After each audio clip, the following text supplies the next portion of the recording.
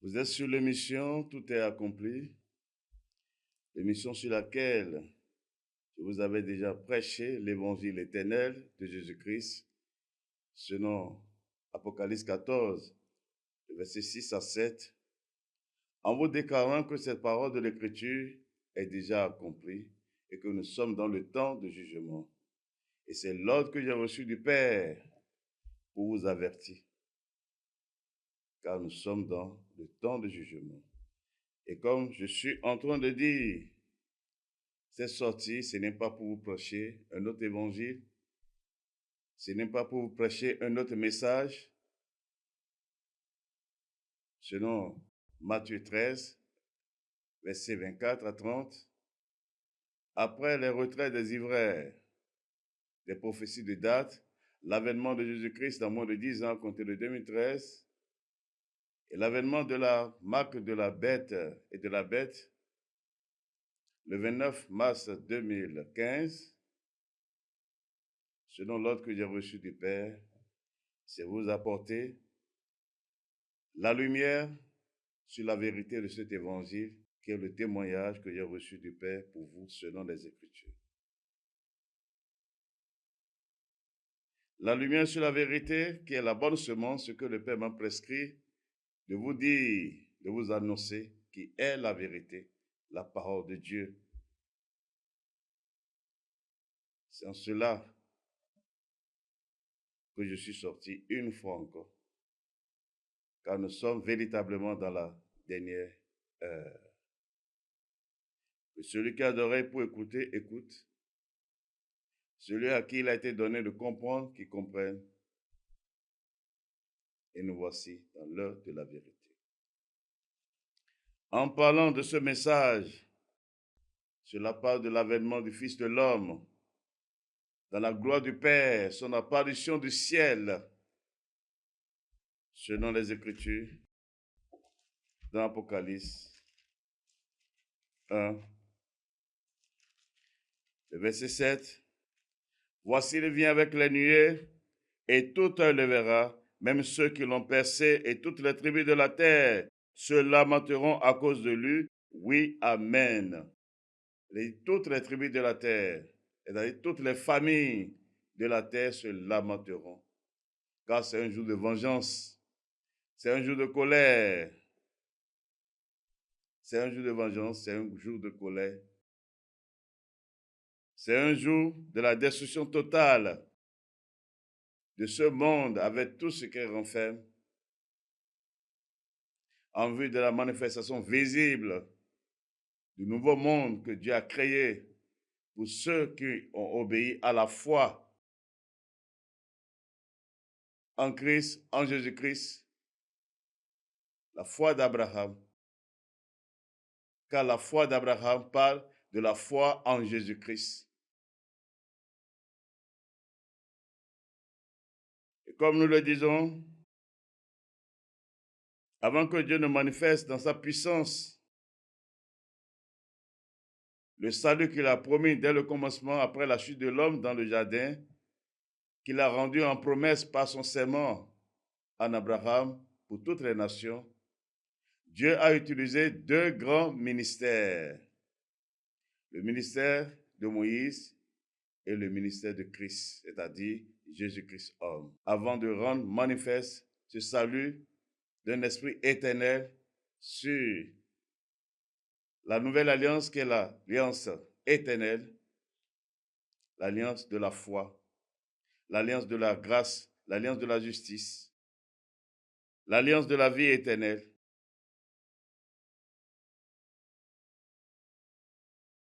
Comme nous pouvons le lire dans les Écritures, dans Luc 18, versets 7 à 8, « Et Dieu ne fera-t-il pas justice à ses élus qui crient à lui jour et nuit, et tardera-t-il à leur égard? Je vous le dis, il leur fera promptement justice. Mais quand le Fils de l'homme viendra, trouvera-t-il la foi sur la terre? » Voilà la question. Quand le Fils de l'homme viendra, trouvera-t-il la foi sur la terre?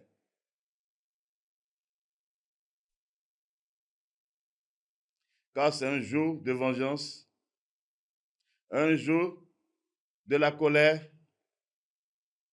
pour demander compte aux fils des hommes sur toute la surface de la terre. C'est pourquoi cet évangile n'est pas une personne, ça parle à tous les habitants de la terre. Selon les Écritures, dans Apocalypse 14, le verset 6. Craignez Dieu, donnez-lui gloire, car l'heure de son jugement est venue. Le temps de son jugement est accompli. Il est dit, quand le Fils de l'homme viendra, trouvera-t-il la foi sur la terre? Il n'est pas dit, trouvera-t-il la loi sur la terre? La foi. La foi. Et comme vous le savez dans 2 Thessaloniciens 1,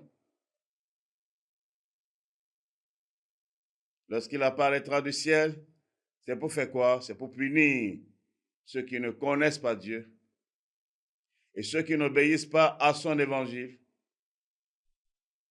C'est là on parle de la foi. La foi est résumée en ces sujets.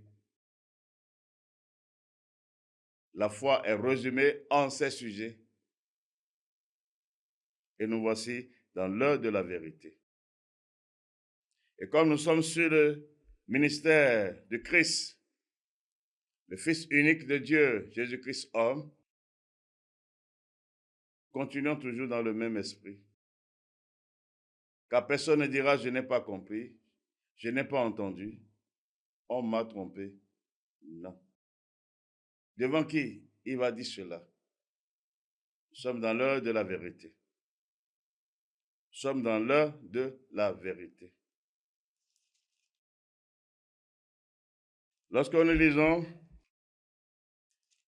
dans Galates 3, verset 6, comme Abraham crut à Dieu et que cela lui fut imputé à justice, reconnaissez donc que ce sont ceux qui ont la foi qui sont fils d'Abraham. Aussi l'Écriture prévoyant que Dieu justifierait les païens par la foi, a d'avance annoncé cette bonne nouvelle à Abraham. Toutes les nations seront bénies en toi. De sorte que ceux qui croient sont bénis avec Abraham le croyant. Les promesses qui ont été faites à Abraham, c'est sur la base de la justice de la foi. Et non sur la base de la justice de la loi. C'est de la foi. Si quelqu'un se réclame d'Abraham, du salut, car ce n'est pas du salut ici, ce n'est pas la foi. Car ce n'est pas la foi qu'on est sauvé. La loi qui a été donnée, ce n'est pas pour apporter le salut à quelqu'un. On vous l'a déjà démontré. Et je suis innocent de votre sang. Mais le verset 10 va dire, car tous ceux qui s'attachent aux œuvres de la loi sont sous la malédiction, car il est écrit, maudit est quiconque n'observe pas tout ce qui est écrit dans le livre de la loi et ne le met pas en pratique. Et le verset 11, et que nul ne soit justifié devant Dieu par la loi, cela est évident, puisqu'il est dit, le juste vivra par la foi. Le juste vivra par la foi. Selon 1 Timothée, la loi, c'est pour les pécheurs. Et je vous ai montré, révélé le but de la loi qui a été donnée, c'est de révéler aux hommes leur nature pécheresse, afin qu'ils puissent obéir à la foi pour le salut. Ceux qui craignent Dieu. Il n'y a pas de raison. Donc c'est bien dit qu'à tous ceux qui s'attachent aux œuvres de la loi, c'est-à-dire le livre de Moïse, en parlant de la construction du temple par les mains des hommes, en parlant des dîmes, des offrandes, des prémices, des fêtes, Pâques, Pentecôte, Tabernacle, en parlant des 10 commandements, en parlant des vœux à Dieu, tout ce que Moïse a demandé, et tout Ceux qui s'attachent à ses œuvres sont sous la malédiction. Car il est écrit, maudit est quiconque n'observe pas tout ce qui est écrit dans le livre de la loi et ne le met pas en pratique. Ce n'est pas ce qui t'arrange que tu vas prendre, non, c'est tout. Et les Écritures ont démontré que personne ne peut obéir à cela. La seule personne qui a obéi à cela, c'est Jésus-Christ homme, afin que tous tournent leur regard vers lui pour le salut. Car c'est de lui qu'il s'agit, derrière toutes ses œuvres. Quand nous parlons du temple, ça parle de sa personne. Quand nous parlons des offrandes, des sacrifices, ça parle de lui. Les fêtes parlent de lui. Tout parle de lui. C'est pourquoi, une fois au bois, il a crié, tout est accompli. Il a accompli toute la justice de cette loi pour ouvrir la porte du salut à tous ceux qui croiront en lui. Et quand nous regardons toujours dans Galates 2, le verset 21, il dit, je ne rejette pas la grâce de Dieu, car si la justice s'obtient par la loi, Christ est donc mort en vain. Or, les Écritures déclarent, car la loi a été donnée par Moïse.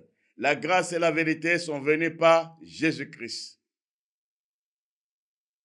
C'est deux alliances différentes, c'est deux ministères différents. Mais ici, c'est un témoignage d'un juif qui était pharisien. Et vous connaissez les œuvres. Mais il dit, je ne rejette pas la grâce de Dieu, car si la justice s'obtient par la loi, Christ est donc mort en vain. Sa mort a servi à quoi alors? Pourquoi est-il mort? Pourquoi sa mort? Si nous devons continuer à construire le temple, si nous devons continuer à présenter des offrandes à Dieu, si nous devons continuer à parler des œuvres de la loi, des sacrifices d'animaux, si nous devons continuer à parler des fêtes Pâques, Pentecôte, Tabernacle, des vœux à Dieu, ça me sert à quoi? Si nous devons continuer à parler de l'onction, de l'encens, ça me sert à quoi? Si nous devons continuer à dire, vous ne devez pas venir dans la présence de Dieu les mains vides, sa mort sert à quoi alors? C'est pourquoi vous devez savoir que toutes ces églises de ce monde, ce n'est pas les églises de Christ, ce n'est pas les églises de Dieu, ce n'est pas les églises de Jésus-Christ, c'est les églises de Satan, de l'Antéchrist, c'est les églises des hommes. La preuve, chacun d'eux est président fondateur de leur entreprise, sous l'onction de leur père, le diable. Et nous sommes dans l'heure de la vérité, car c'est de leur mère, Babylone, l'église catholique romaine, qu'ils ont hérité ces abominations. Car lorsque la foi chrétienne a commencé, rentrer dans les Écritures et montrer où les saints sont rassemblés pour élever un bâtiment pour appeler maison de Dieu, au temple de Dieu, où ils ont forcé la main pour dire apporter les dîmes, les offrandes, faites un Pâques, Pentecôte, vous ne le trouverez pas. Vous ne trouverez pas. Il dit, je ne rejette pas la grâce de Dieu, car si la justice s'obtient par la loi, Christ est donc mort en vain. Ça me sert à quoi? Ça me sert à quoi? C'est pourquoi vous devez savoir, vous qui êtes dans ces œuvres-là, l'esprit qui vous anime selon les Écritures, car tout est dans la parole. Et c'est là, il n'y a point d'excuse pour vous. C'est là, il n'y a point d'excuse pour vous. Lorsque nous lisons dans 1 Jean 4, le verset 1, bien-aimés, n'ajoutez pas foi à tout esprit, mais éprouvez les esprits pour savoir s'ils sont de Dieu, car plusieurs faux prophètes sont venus dans le monde. Reconnaissez à ceci l'Esprit de Dieu. Tout esprit qui confesse Jésus-Christ venu en chair est de Dieu. Et tout esprit qui ne confesse pas Jésus n'est pas de Dieu. C'est celui de l'Antéchrist dont vous avez appris la venue et qui maintenant est déjà dans le monde. L'Esprit de Dieu, c'est l'Esprit qui reconnaît que Christ, Jésus-Christ est venu en chair. Il s'est fait homme. Il a porté un corps humain. Mais il a porté ce corps pourquoi? Il a porté ce corps pourquoi? Toujours dans les Écritures, car Dieu est dans sa parole, et sa parole c'est la vérité. Lorsque nous lisons dans Hébreux 10, le verset 5, c'est pourquoi Christ, entrant dans le monde, dit, tu n'as voulu ni sacrifice ni offrande, mais tu m'as formé un corps. Le corps qu'il a porté, la chair qu'il a portée, cela a son sens. Si vous reconnaissez que Christ est venu en chair, selon les Écritures, voilà ce qui est derrière. Hébreux 10, verset 5. C'est pourquoi Christ, entrant dans le monde, dit, tu n'as voulu ni sacrifice ni offrande, mais tu m'as formé un corps. Tu n'as agréé ni holocauste, ni sacrifice pour le péché. Alors j'ai dit, voici je viens. Dans le rouleau du livre, il est question de moi pour faire, ô Dieu, ta volonté.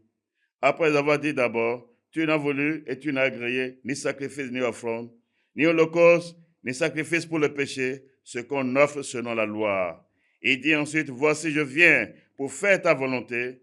Il abolit ainsi la première chose pour établir la seconde. Et le verset 10, c'est en vertu de cette volonté que nous sommes sanctifiés par l'offrande du corps de Jésus-Christ une fois pour toutes. Voilà la vérité. Voilà la vérité. Celui qui reconnaît que Christ est venu en chair, c'est-à-dire il a pris un corps humain et qu'il est mort, qu'il est ressuscité, c'est l'Esprit qui est derrière cela. Il a fait le sacrifice. Il a présenté les offrandes à Dieu. Il a présenté les sacrifices à Dieu. Tout ce que la loi de Moïse demandait. Car avant la chute de l'homme, l'homme ne présentait rien à Dieu. L'homme était sous la grâce de Dieu. C'est après la chute de l'homme, lorsque le péché est rentré, que l'homme, avant de s'approcher de Dieu, il doit rentrer dans ces règles-là. Il ne doit pas venir dans la face de Dieu les mains vides. Mais cela annonçait le médiateur qui est Jésus-Christ homme. Cela annonçait son œuvre qu'il doit accomplir en sacrifice et en offrande tout ce que la loi de Moïse demandait. Il n'a pas fait seulement sacrifice d'animaux, il a fait aussi toutes les offrandes. C'est pourquoi vous devez savoir que toutes ces églises du monde, depuis l'église catholique romaine, c'est l'esprit de l'Antéchrist qui anime toutes ces églises, toutes ces dénominations. Les protestants, les pentecôtistes, les évangéliques, tout ce monde, les christianismes célestes, voilà une autre abomination. Les séraphins, voilà une autre abomination. Tout ce monde, c'est l'esprit de l'Antéchrist, car celui qui est dans ses œuvres, qui parle de ses œuvres, ne reconnaît pas Christ venu en chair. Son sacrifice est foulé aux pieds, selon les Écritures. C'est pourquoi les Écritures déclarent lorsqu'il apparaîtra, c'est pour punir qui? Ceux qui ne connaissent pas Dieu et ceux qui n'obéissent pas à son évangile. Car son évangile dit que Christ est la fin de la loi. Par sa chair, par son sacrifice, il a anéanti la loi et ses ordonnances. Il a accompli toutes les œuvres de la loi, afin que quiconque croit en lui soit béni pour toujours. Reçoit toutes les bénédictions de Dieu. Or, aujourd'hui, les hommes vont vous rassembler pour des temps de bénédiction, temps d'offrande, abomination. Ça, c'est l'esprit de l'Antéchrist. Tant de bénédiction, tant d'offrande. Alors que c'est-il alors la mort de Christ? Pourquoi il a versé son sang? Si tel est le cas, pourquoi il a versé son sang? Pourquoi il a versé son sang? Or, en préparant cette porte de la nouvelle alliance, du ministère de Christ, regardez ce qui est dit. Aimez la parole de Dieu. Nous sommes dans l'heure de la vérité et vous serez surpris. Vous serez surpris. Lorsque nous lisons dans Jean 14, le verset 13, Et tout ce que vous demanderez en mon nom, je le ferai, afin que le Père soit glorifié dans le Fils. Le verset 14, si vous demandez quelque chose en mon nom, je le ferai. Il est demandé en mon nom. Il n'a pas dit de prendre une offrande. Il n'a pas dit de faire un sacrifice. Il n'a pas dit de faire un vœu à Dieu, mais demander seulement en mon nom. Car c'est lui-même, l'offrande parfaite, le sacrifice parfait, tout ce que la loi demandait pour rapprocher l'homme de Dieu, c'est lui que cela parle. C'est quoi dit demander en mon nom.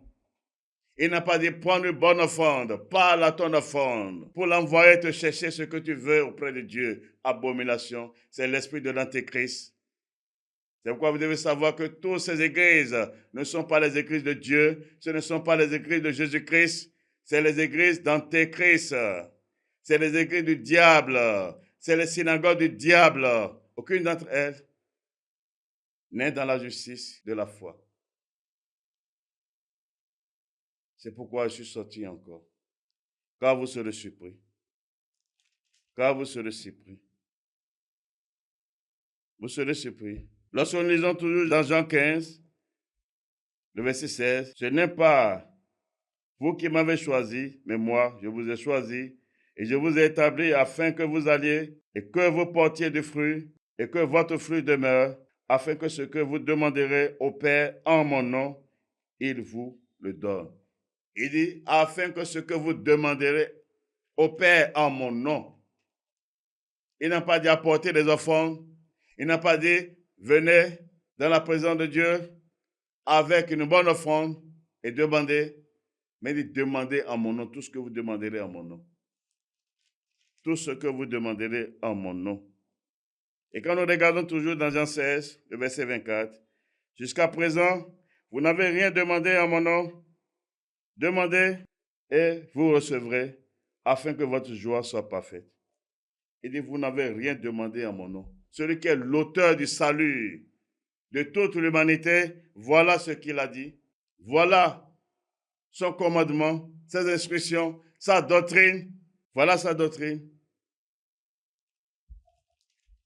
C'est pourquoi, lorsque nous allons encore dans les apôtres, selon les Écritures, lorsque nous allons dans les apôtres,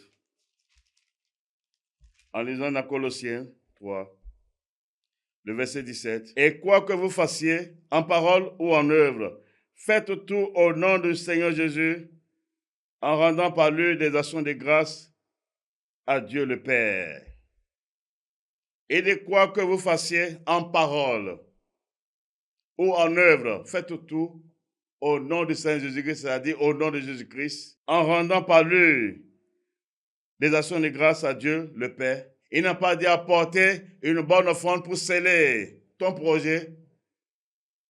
Il n'a pas dit apporter une bonne offrande pour sceller ton entreprise, ton commerce. Il n'a pas dit apporter des prémices à Dieu, mais tout ce que vous voulez entreprendre, en œuvre, en parole, au nom de Jésus-Christ. Car Christ est la fin de la loi. Christ est la fin de la loi. Donc vous devez savoir quel est l'esprit qui vous conduit dans ces églises du monde. C'est l'esprit de l'Antéchrist. Et nous sommes dans son heure pour son apparition officielle à votre tête en tant qu'un homme, dans toute la plénitude de Satan, afin que toutes les Écritures s'accomplissent. Car l'Apocalypse est déjà accompli. Heureux saint, c'est à qui il a été donné de goûter et de comprendre. Car rien ne peut s'opposer à cela. C'est la parole de Dieu. Il vient, c'est pour venger son sang. C'est pourquoi il a dit, toutes les tribus de la terre se lamenteront. Il a versé son sang pour retourner l'homme à Dieu au commencement. Est-ce qu'au commencement, avant le péché, l'homme présentait des sacrifices ou des offrandes à Dieu? Non. Il était sous la grâce de Dieu. Et c'est cette grâce que le Fils de l'homme a amenée. Il n'a pas seulement amené la grâce selon les Écritures, mais aussi la vérité. La vérité, pourquoi? Tout ce que la loi faisait, les œuvres là parlent de lui. On a vu selon les Écritures. Pourquoi elle a porté corps. Dans vos Bibles, lorsque vous lisez encore, dans Éphésiens 5, le verset 1 à 2. Devenez donc les imitateurs de Dieu comme des enfants bien-aimés et marchez dans la charité, à l'exemple de Christ qui nous a aimés et qui s'est livré lui-même à Dieu pour nous comme une offrande et un sacrifice de bonne odeur. Voilà.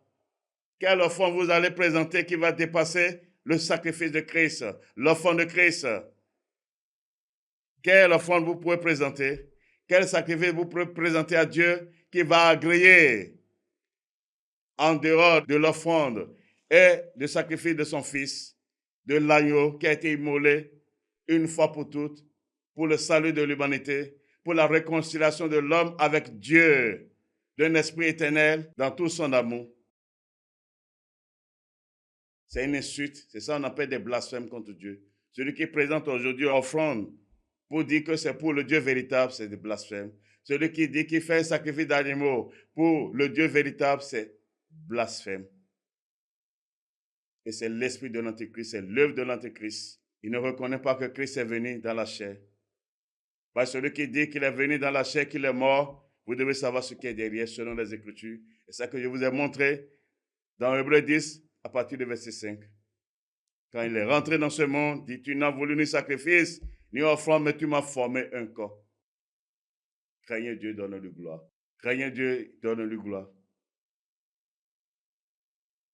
Craignez Dieu, donne-lui gloire. Il s'est livré lui-même à Dieu pour nous comme une offrande et un sacrifice de bonne odeur. C'est ce qui est écrit dans vos Bibles.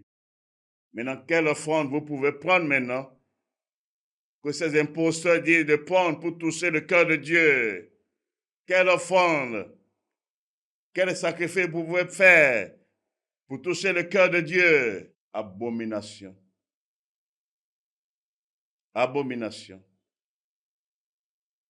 Abomination.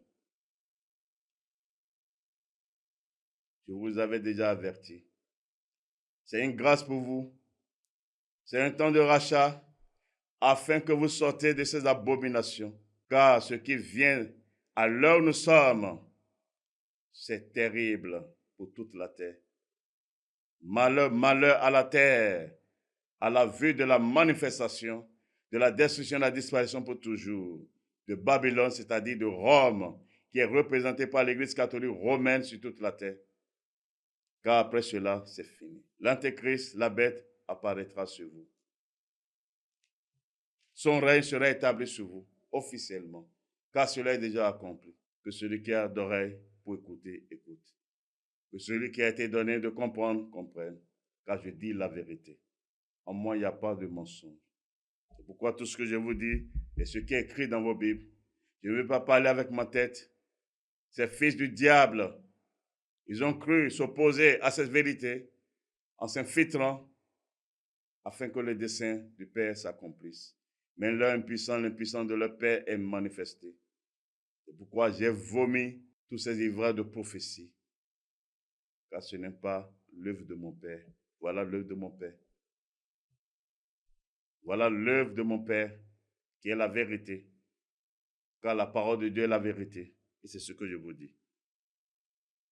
Craignez Dieu, donne-lui gloire. Craignez Dieu et donne-lui gloire. Alors, lorsque nous lisons dans Romains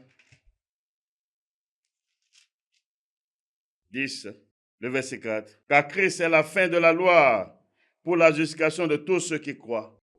Christ est la fin de la loi pour la justification de tous ceux qui croient. En effet, Moïse définit ainsi la justice qui vient de la loi. L'homme qui mettra ces choses en pratique vivra par elle. Mais voici comment parle la justice qui vient de la foi. Ne dis pas en ton cœur qui montera au ciel, c'est en fait descendre Christ, ou qui descendra dans la Bible, c'est faire remonter Christ d'entre les morts. Voilà la vérité. Voilà la vérité. Christ est la fin de la loi, car c'est la loi de Moïse qui demande toutes ces pratiques que vous faites sur la face de la terre croyant rendre culte à Dieu, Christ est la fin de la loi. Christ est la fin de la construction du temple avec les mains d'hommes. Christ est la fin des dîmes, des offrandes, des sacrifices d'animaux. Christ est la fin de toutes les fêtes de la loi de Moïse, Pâques, Pentecôte, Tabernacle. Christ est la fin de tous les vœux que vous pouvez faire devant Dieu. Christ est la fin de l'huile d'onction. Christ est la fin de l'encens.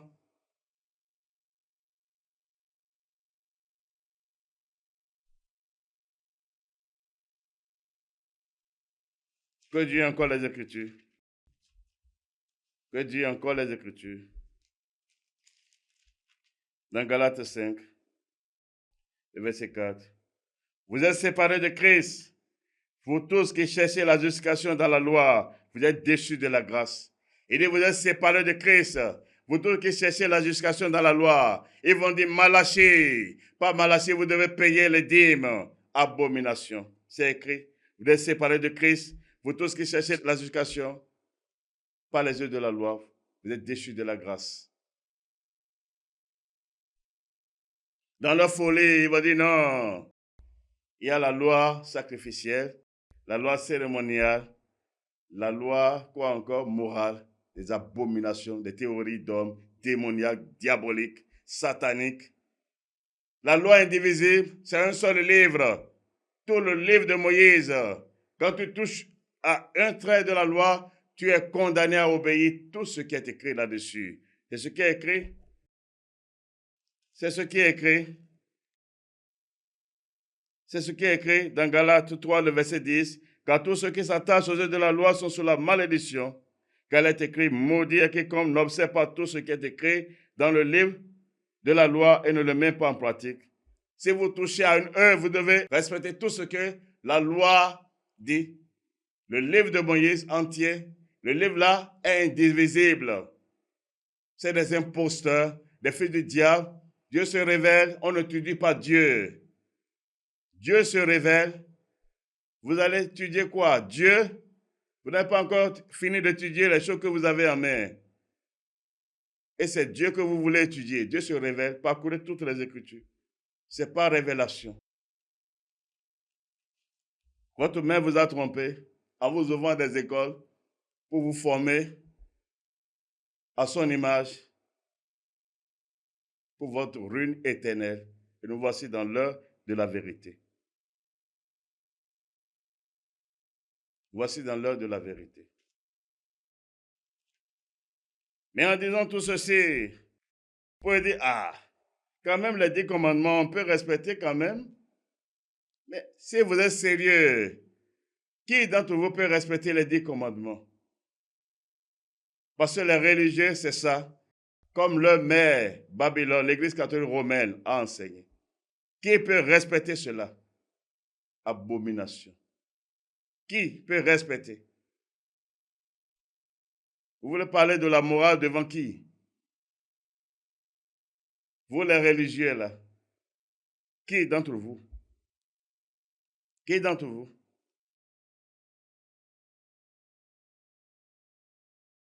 Il est écrit, je ne rejette pas la grâce de Dieu. Et si la justice s'obtient par la loi, Christ est donc mort en vain. Pourquoi est-il mort? Pourquoi il a versé son sang? Pourquoi il a fait le sacrifice d'un esprit éternel? C'est pourquoi vous retournez dans le livre de Moïse? Non. Non. Non. Non. Mais que disent les Écritures? Parce qu'il y a des imposteurs qui vont dire non, nous sommes sur la grâce. Nous pouvons pécher. C'est l'œuvre de l'Antéchrist. Christ n'est pas ministre du péché. Le ministère de Christ n'est pas le ministère de l'iniquité. C'est le ministère de la justice. Que disent les Écritures dans Romains 6, le verset 1? Que dirons-nous donc? Demeurons-nous dans le péché afin que la grâce abonde? Loin de là. Nous qui sommes morts au péché, comment vivrons-nous encore dans le péché? Parce qu'il y a des doctrines qui circulent au milieu de vous, Christ est mort, le sacrifice est roi, nous pouvons pécher. Le prix est payé déjà. Christ n'est pas ministre du péché. Il n'est pas le ministre des iniquités.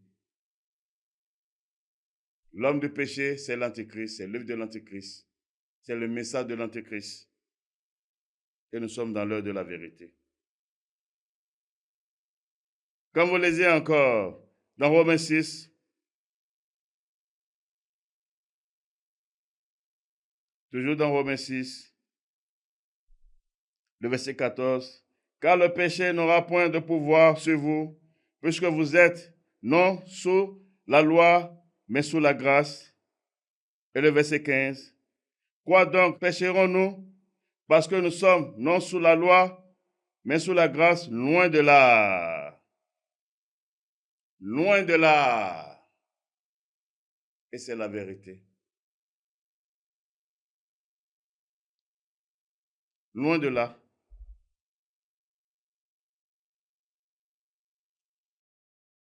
Mais qu'est-ce que l'auteur du salut a déclaré pour la nouvelle alliance lorsque nous lisons dans Jean 13, le verset 34, « Je vous donne un commandement nouveau. » C'est bien dit, « Je vous donne un commandement nouveau. Aimez-vous les uns les autres comme je vous ai aimé. Vous aussi aimez-vous les uns les autres. À ceci tous connaîtront que vous êtes mes disciples si vous avez l'amour les uns pour les autres. » Il dit, « Je vous donne un commandement nouveau. »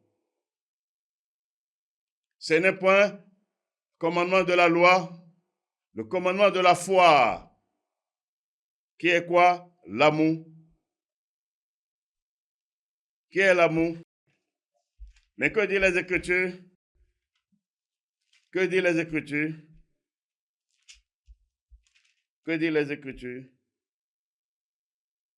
Dans Romains 13, le verset 8, « Ne devez rien à personne, si ce n'est de vous aimer les uns les autres, car celui qui aime les autres a accompli la loi. » A accompli quoi? Les 10 commandements. Les commandements de la loi. En effet, les commandements, tu ne commettras point d'adultère, tu ne tueras point, tu ne déroberas point, tu ne convoiteras point, et ce qui peut encore y avoir se résume dans cette parole. Tu aimeras ton prochain comme toi-même. L'amour ne fait point de mal au prochain. L'amour est donc l'accomplissement de la loi. Voilà. L'amour est l'accomplissement de la loi. Mais il dit, je vous ai donné un commandement nouveau. Il n'a pas fait référence à la loi de Moïse, mais un commandement nouveau. Et l'esprit qui est derrière ce commandement, ça résume en lui tous ces commandements de la loi, dans son accomplissement, pour la vie de tous ceux qui ont eu la foi, pour croire à l'œuvre de Christ. Et lorsque nous lisons encore, toujours dans les Écritures, car Dieu est dans sa parole c'est la vérité. Dans Galates 5, le verset 13, « Frères, vous avez été appelés à la liberté, seulement ne faites pas de cette liberté un prétexte de vivre selon la chair, mais rendez-vous par la charité les serviteurs les uns des autres. » Et le verset 14, « Car toute la loi est accomplie dans une seule parole, dans celle-ci, tu aimeras ton prochain comme toi-même. » Toute la loi est accomplie là. La loi que vous dénommez morale là, c'est accompli là. C'est accompli là. Celui qui a promis à mener la nouvelle alliance, qu'est-ce qu'il a dit dans Jérémie? Qu'est-ce qu'il a dit? Craignez Dieu. Qu'est-ce qu'il a dit? Lorsqu'il annonçait cette grâce, qu'est-ce qu'il a dit? Dans Jérémie 31, le verset 31, « Voici les jours viennent, dit l'Éternel, où je ferai avec la maison d'Israël et la maison de Juda une alliance nouvelle, non comme l'alliance que j'ai traitée avec le Père, le jour où je l'ai saisi par la main pour les faire sortir du pays d'Égypte, alliance qu'ils ont violée, quoique je fusse leur maître, dit l'Éternel. » Le verset 33 maintenant dit, « Mais voici l'alliance que je ferai avec la maison d'Israël après ces jours-là, dit l'Éternel. Je mettrai ma loi en dedans d'eux. Je l'écrirai dans leur cœur et je serai leur Dieu et ils seront mon peuple. » Il a dit, je mettrai ma loi en dedans d'eux. Comment ça? Comment c'est possible? Les Écritures sont là pour nous renseigner, car Dieu est dans sa parole. Sa parole, c'est la vérité. Lisons alors dans Galates pour comprendre. Dans Galates 5, le verset 22. Mais le fruit de l'esprit, c'est l'amour. Le fruit de l'esprit, tous ceux qui parviennent au salut par la foi en Jésus-Christ, c'est à eux le don du Saint-Esprit. Et c'est la semence de Dieu qu'ils reçoivent. Et toute semence porte des fruits. Qui est physique? Quand on dit le fruit, c'est physique. Il a dit quoi? Mais le fruit de l'esprit, c'est l'amour. L'amour dont il s'agit, ce n'est pas un amour charnel que l'on peut aimer le matin et le soir. Il va dire, je t'aimerai. Parce que, non. L'amour de Dieu, c'est un amour inconditionnel. L'amour de Christ, c'est un amour inconditionnel. C'est la loi du royaume de Dieu. Il dit, comme moi-même je vous ai aimé, aimez-vous les uns les autres. C'est un commandement nouveau que je vous ai donné. C'est la loi de Christ, la loi royale pour les fils de Dieu. Et en cette loi est résumé tous les commandements de la loi de Moïse, que vous appelez loi morale. Christ est la fin de la loi. Maudit quiconque doit son doigt dans le livre de la loi, dans un seul trait de la loi pour parler devant Dieu, pour parler au nom de Dieu, les détruit à jamais. C'est un antéchrist. C'est l'œuvre d'un antéchrist. Craignez Dieu, donne-lui gloire. Voilà la vérité. Dans Galates 5, le verset 22. Mais le fruit de l'esprit, c'est l'amour. On peut encore dire que ce n'est pas encore bien compris. Parce qu'il a dit qu'il va écrire dans le cœur. Allons dans les Écritures toujours. Restons là. Dans Romains 5, le verset 5. Or, l'expérience ne trompe point, parce que l'amour de Dieu est répandu dans nos cœurs par le Saint-Esprit qui nous a été donné. Voilà la vérité. Voilà la vérité des hypocrites, des filles du diable, des filles de la malédiction, des antéchrists. Car tous ces écrits que vous voyez sur la terre, c'est l'œuvre de l'antéchrist que Babylone a préparé pour vous envoûter sur toute la terre, pour vous détourner de la vérité. C'est ça l'apostasie que les apôtres ont annoncé dès le commencement, avant ce temps. Craignez Dieu, craignez Dieu, craignez Dieu, craignez Dieu. Dieu est dans sa parole. Il n'y a aucune révélation que Dieu va donner qui ne serait pas soutenue par les Écritures. Tout est là. La Bible, c'est la parole de Dieu. Le seul et unique livre saint qui parle de Dieu et non d'un peuple et non d'une histoire d'un peuple, mais Dieu avec ses œuvres. Car c'est l'œuvre de l'Antichrist qui dit, la Bible parle l'histoire d'un peuple parce qu'ils n'ont jamais connu Dieu. Et ils ont raison parce qu'ils n'ont pas l'Esprit de Dieu. C'est une preuve qu'ils n'ont pas l'Esprit de Dieu. Celui qui a l'Esprit de Dieu ne peut jamais parler ainsi. Si le Père me donne, je vais vous faire parcourir en laps de temps, de Genèse à Apocalypse. Il n'y a pas de contradiction, c'est un tracé que Dieu est en train de suivre. C'est un architecte. Craignez Dieu, vous avez reçu quel esprit pour parler de Dieu, pour ouvrir la Bible. Vous pouvez justifier vos œuvres. Vous allez dire, Moïse a dit, Salomon, Malachie. Mais dites quand même que Paul a dit. Dites quand même que Pierre a dit, Timothée a dit. Dites quand même que Jean a dit.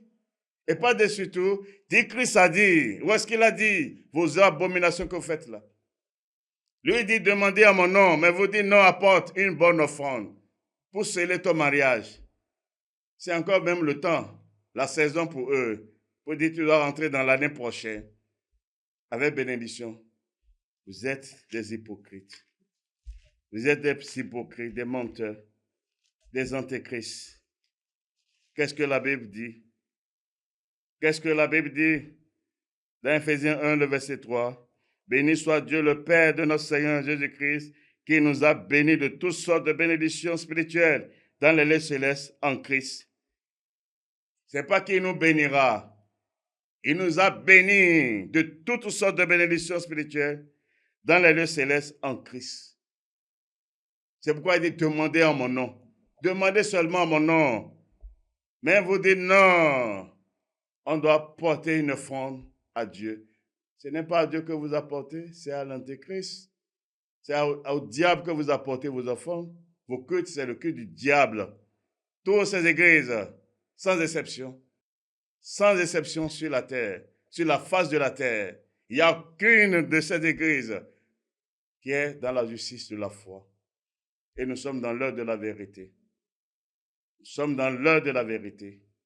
La preuve, lorsque la première phase du jugement de Babylone a été manifestée, vous avez vu comment vous êtes mis en spectacle? Toutes les religions, toutes les églises de ce monde, vous avez vu comment vous êtes livrés en spectacle? Vous avez vu comment vous êtes mis en spectacle? Or, ce qui vient, c'est dangereux. C'est plus fort. C'est plus fort. La porte dans laquelle nous sommes, la deuxième phase du jugement de Babylone, c'est plus fort. C'est plus fort. Ce que vous adorez sera mis à nu.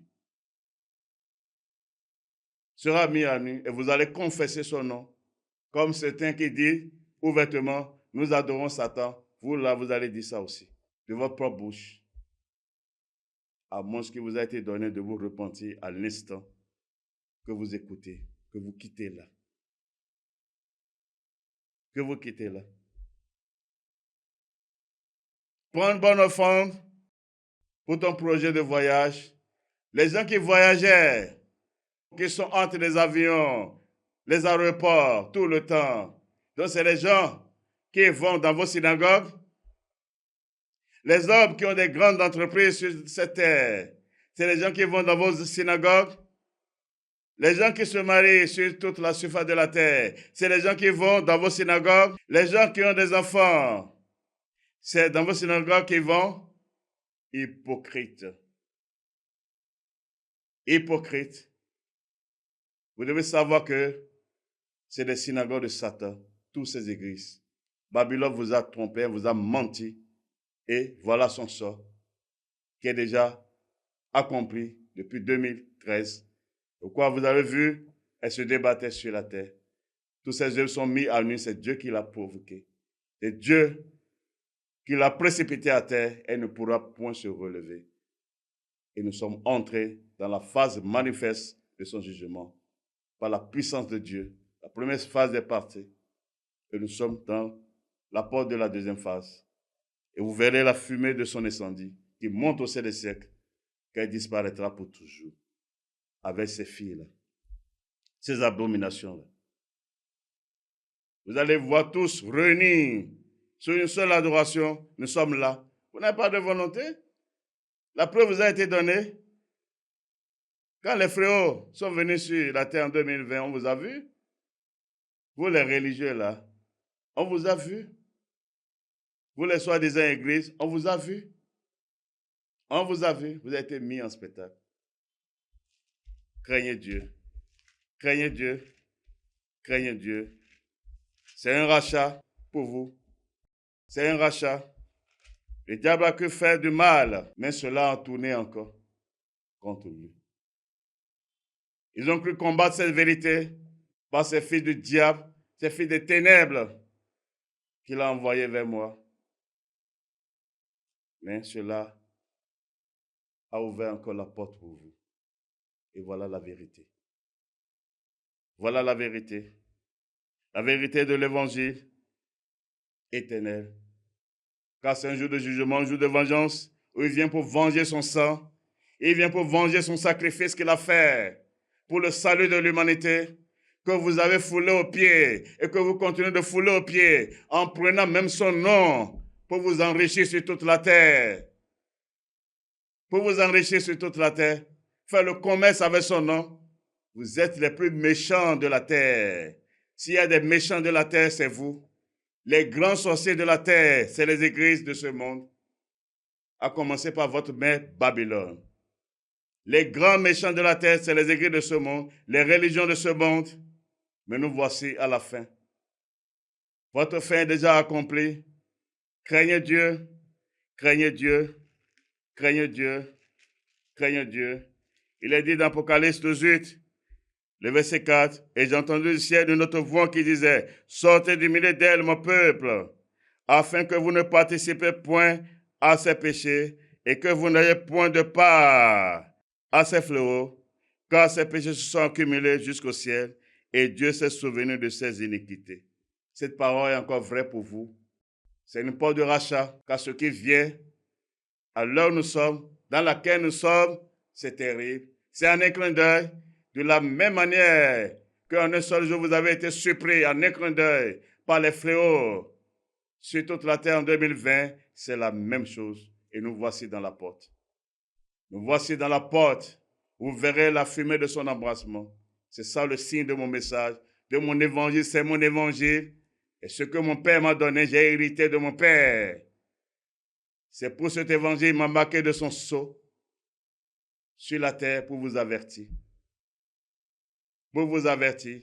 Et je n'ai pas honte de cet évangile. Je n'ai pas honte de cet évangile. Ils ont cru combattre cet évangile jusqu'à me livrer sous le pouvoir de mon ennemi, croyant me mettre en prison pour fermer la porte à la vérité. Mais qui peut fermer la porte sur la vérité? Vous avez menti. Nous verrons. Nous verrons. Craignez Dieu et donnez du gloire. Craignez Dieu, donnez du gloire. Dieu est dans sa parole. Il dit sortez du milieu d'elle, c'est-à-dire de Babylone, de ses œuvres, de son système, le système romain, qui vous a égaré, qui vous a aveuglé, qui vous a détourné de la vérité, l'apostasie sur la terre. Voilà encore le chemin. On va parler de Noël. Vous avez trouvé Noël où? Et c'est des blasphèmes. Petit papa Noël, quand tu descendras du ciel, pour s'opposer, pour blasphémer Dieu, parce qu'elle a cru détruire l'église de Dieu. Et c'est qu'il n'y a plus personne qui pouvait se positionner. Mais l'église de Dieu est éternelle. Dieu a restauré son église. Dieu a ressuscité son église par sa puissance, par la vertu de sa force, car c'est lui qui donne la vie à ceux qui sont morts. C'est en lui seul que réside la vie. Voilà là le piège de votre mère. Quittez. Sortez du milieu d'elle. Sortez de ses œuvres. Sortez de ces synagogues de Satan. Sortez de ces religions. Sinon, vous serez embrasés maintenant. La phase où nous sommes. Je vous dis la vérité. Vous n'échapperez pas. Vous allez voir ce qui va se passer. Christ est la fin de la loi. Celui qui s'accroche aux œuvres de la loi dit que Christ n'est pas venu dans la chair. Il n'a pas fait de sacrifice. Il n'est pas mort. Il n'est pas ressuscité. C'est ce que ça veut dire. La vérité que je vous dis. Craignez Dieu et donnez de gloire. Que celui qui a d'oreilles pour écouter, écoute. Que celui à qui il a été donné de comprendre, comprenne. Voici à la fin de cette émission.